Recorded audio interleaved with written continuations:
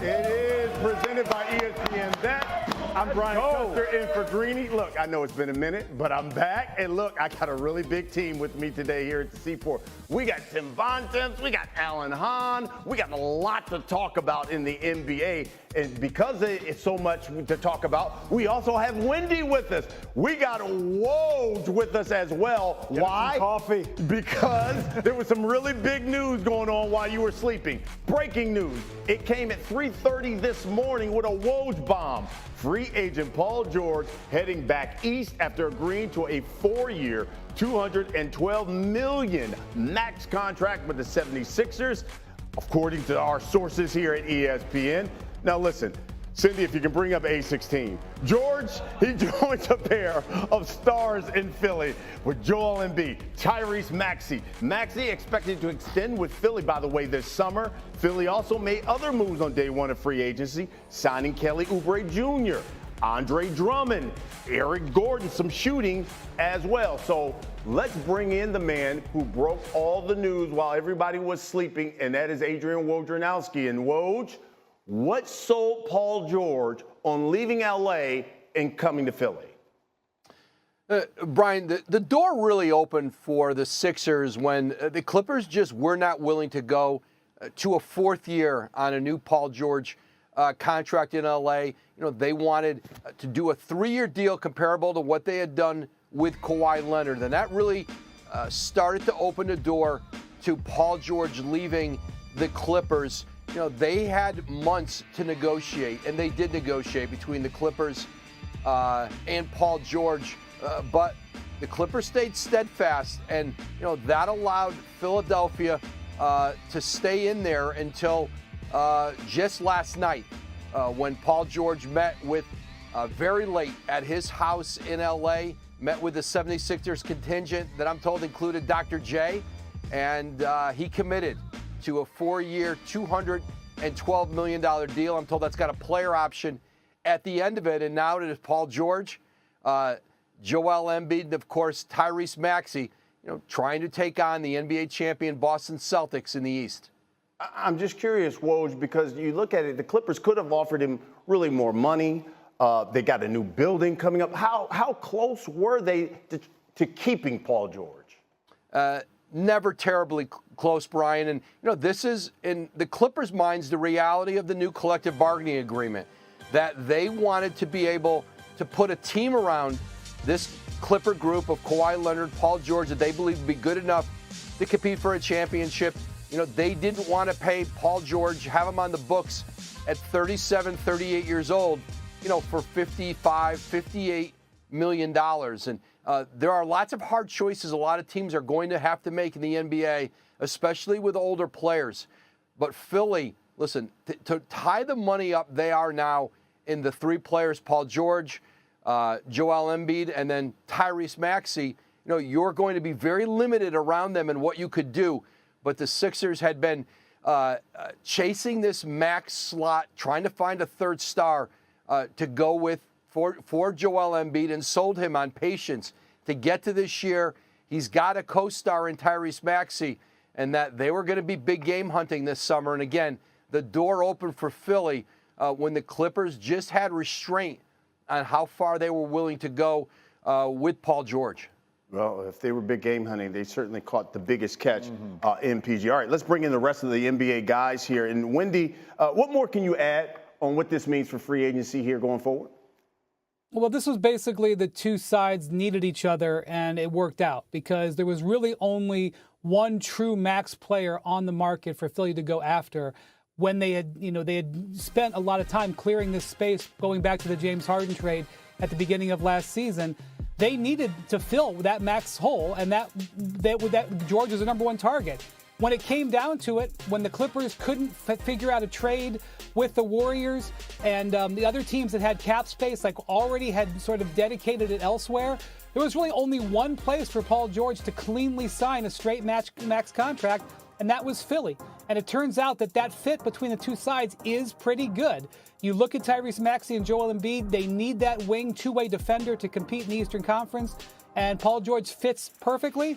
And now they will go through what we expect to be a very incredibly strong I-95 corridor in the Eastern Conference, with the Knicks powered up, the Celtics holding the trophy, and the Sixers hoping to join that party.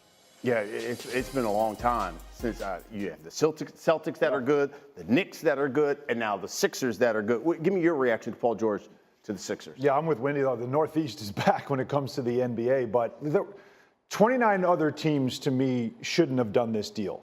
But there's one team in the league that needed to and should have. It's the right thing for the Sixers to do, because to give a full 4-year max to a guy who's 34 years old for a lot of teams in the league doesn't make sense. In fact, the Knicks did have an opportunity to do this last year and decided against it. But for Paul George and the Sixers, it's perfect. Why? Joel Embiid's 30.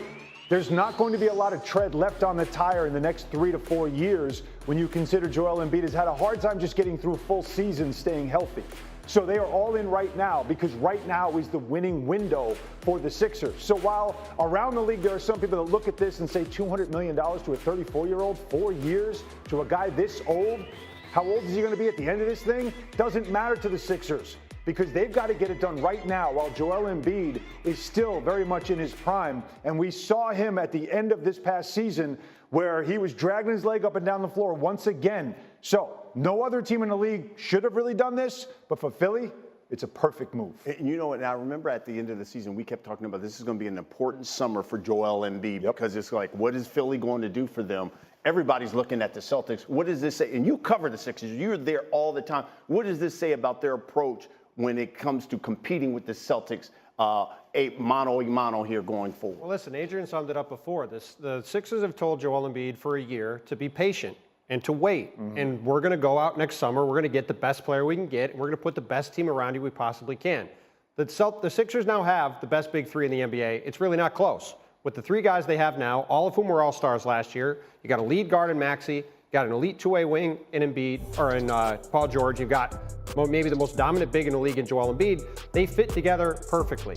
They complement each other in every way on the court. They're versatile. Paul George is an elite shooter. You have 2 elite shooters now, given spacing around Embiid. They can go out and get any kind of role players that can fit alongside them. They're versatile in a lot of ways. They have the highest ceiling now of any team in the league but the Boston Celtics. And they can go toe-to-toe with the Celtics depending on how healthy these guys are, which is obviously the biggest question. Paul George missed a bunch of time. You mentioned Allen. Joel has missed a lot of time. But if they're healthy in the spring, which obviously is going to be a huge if, Yes, they are as good as any team in the league. And this isn't like the Phoenix Suns putting this big 3 together last year that was flawed from the start. This is a group that fits together perfectly. And the Sixers were a team that a year ago didn't really have a chance to win a title. Now they can go into the season saying, we have a legitimate shot to win a title with Paul George, which is why, Alan, you're right. For Philadelphia, given this contract to Paul George right now, they had to do it when they got the opportunity. They took advantage of it. You talked about health. How much pressure then is on Joel Embiid right now? Daryl Morey has rendered Joel Embiid excuseless now. Somebody very smart said to me before this show, and it is actually the exact thing here. Because while this is about adding a guy like Paul George, this is still about Joel Embiid and maximizing whatever you can out of him, because when you consider him against, let's just look at the East. He's the one player that no one has an answer for. He's unguardable. The Knicks don't have anybody that can really guard him. They have Mitchell Robinson, but there's a health issue there with him. He has guarded him well, but still, it's Joel Embiid. You guard him well, he still gets 30 and 15. The Celtics don't have anybody to guard him. Kristaps Porzingis is already going to miss half the season with his injury, but even still, when he's healthy, Joel Embiid gets what he wants. In the whole league, Nikola Jokic, you know what Embiid does against him? We see the numbers. He owns that matchup as well. So he's the one unguardable piece that they have in this whole thing. It's dragging him to the finish line that they've got to do. And I'll say this, if I'm the Sixers, and I know it's not going to happen, there's no way in hell he should play in the Olympics. Not after coming off an injury at the end of the season, not after what this organization has just done for you by adding this extra star, this extra piece. He should not play in the Olympics. He should get himself completely healthy and ready for this season, because this window is open, but it's a very short window, and they've got to go for it right now. That's interesting, Wendy. He talks about this window. How big of a window is it for Paul George and Joel Embiid to get it done with this move? It's very hard to say, because so much of it is dependent on the health of both Paul George and Joel Embiid, because these are 2 guys who have had injury problems in the past. What I will say is Paul George is coming off of absolutely spectacular season. He played 74 games for the Clippers. He really dedicated himself to improving his body and getting in his best shape as possible and putting together a great year last year. He never shot the ball better than last year, was dynamic all over the place, and had, the Clippers had this absolutely glorious 60 days last year where they were the best team in the NBA, and, that's what the Sixers are hoping for. But the Sixers' window to win, whether it was 3 years ago or 3 years from now, will always be dictated by how healthy Joel Embiid is in April and May. They haven't been able to get that, but now if they get that, they'll have supporting pieces that make anything possible. Woj, of course, you broke this big story. I got to give you the final word. Give us a final word on all this.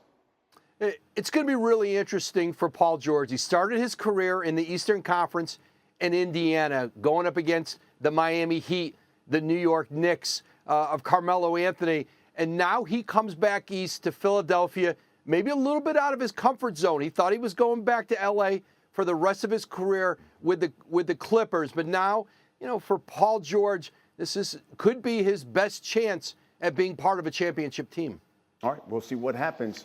We got a lot more to discuss. Jenkins, my pistol's out now. Make sure y'all go run that up. You heard it live from your boy Bobby Shmurda. Get out. Chase gang.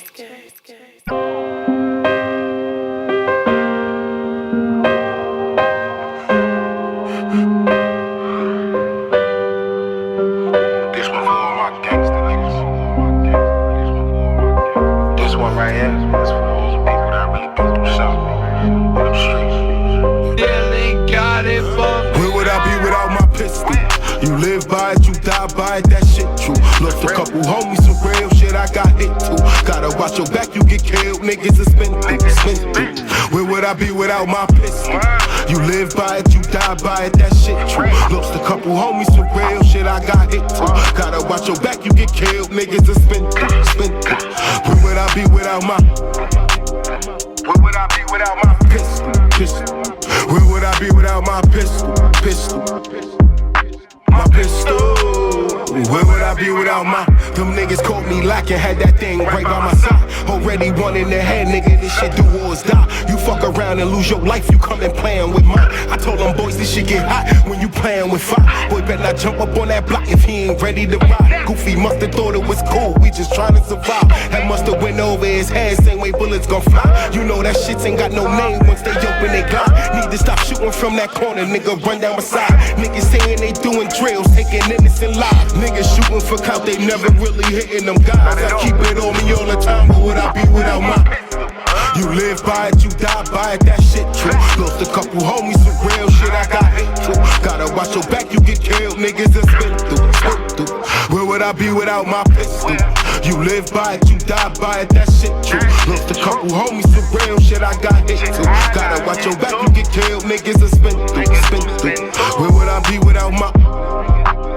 Where would I be without my pistol? Where would I be without my? Where would I be without my? Where would I be without my Glock? Yeah. She a thotty, she be all over my body. Can I love you or you are for everybody? If I leave, she coming right beside me. Like, was only one by my side. Not go on me, play nigga, you gon' die. The house broken, them niggas, they been fried. Like, free skim, he got locked while I'm aside. Like, so I'm trapping on my lonely. And I'm swerving in the foreign by my dolly. And these niggas outside not really my homies. Free gang, free broke, free the homies. Like, why they talking like they on that, but these niggas ain't on shit. All my niggas sliding and my niggas talking blicks. Betty on my side and she really with the shit. Talking real crazy, she gon' push a nigga away. So I'm trapping on my lonely.